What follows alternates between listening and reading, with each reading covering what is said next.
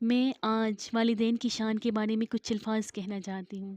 آج کل لوگ اپنے والدین کو کھلاتے ہوئے کھانے کا حساب مانگتے ہیں، لیکن وہ یہ بات بالکل ہی بھول جاتے ہیں کہ وہی والدین پوری رات اپنے بچوں کے لیے جاگتے ہیں، ان کے کھانے کا، ان کی صحت کا، ان کی اچھی بری چیز کا خیال رکھتے ہیں، ان کی ہر خواہش کو پورا کرنے کی کوشش کرتے ہیں اور پورا بھی کرتے ہیں جہاں تک ہو سکے۔